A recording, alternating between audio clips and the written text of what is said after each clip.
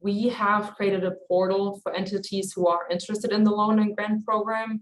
And I would just like to use this opportunity to introduce it and show how you can apply and access any kind of documents that you will need, and the instructions as well.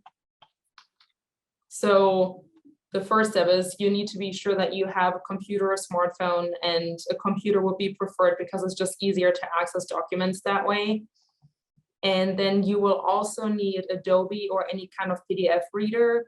And you can get that by either going to the Adobe website and just downloading the free version of it, or you can go to our portal, USDA-tab.org, and you can click on a link there. And then lastly, you will need a file explorer or a manager to download the application and unzip the folder. And I will go over how to do this during this presentation. But first, before you get started with filling out any kind of application documents, you will need to contact your area specialist, and the currently displayed infographic is available on our site, and it will help you locate your area specialist.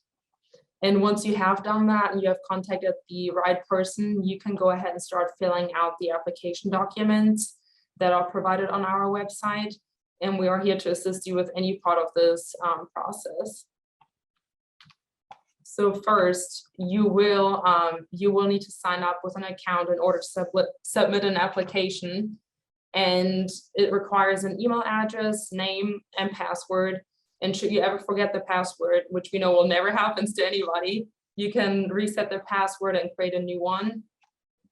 And then once you have set up an account, you will be able to submit an application. And the first step, though, is to download the application documents. So once you go on our website, you will hover over the grant list menu option, and that will display the grant and loan submenu.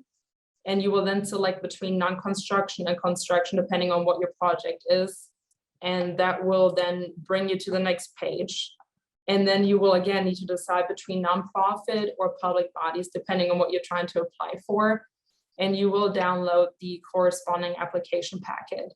The next step is to click on it down on the downloaded folder, as you can see on the slide, extract the documents and save it in a folder in which you want to save the documents. So for the purposes of this presentation, I have created a folder with the name Fire Truck Application, and you will then be able to access all of the documents depending on which ones you need. And once you have done that and filled them out, you will again go on our website, hover over grant list, and click on submit package as shown on the current slide. And you will then be directed to sign into your account that you have already set up.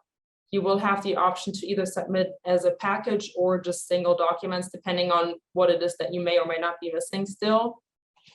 And if you choose to go through with the portal, we will then review the documents, let you know if anything is missing or if anything needs to be filled out again. And we will then forward it to the USDA office.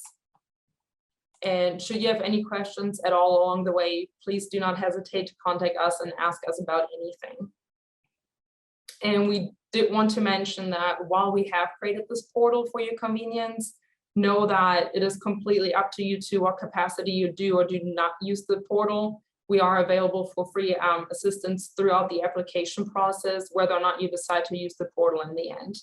And you're more than welcome to utilize the application documents and instructions from our website. And the application package on our portal is frequently updated, so we stay in contact with the USDA and just make sure that we have the right documents on our website. And the portal is a secure and convenient way for you to upload the package or any missing documents from the initial application. And even if you do not upload the application documents through the portal, we can still forward it to the USDA if you would like us to just take a look at them beforehand. So we are now concluding the portal navigation.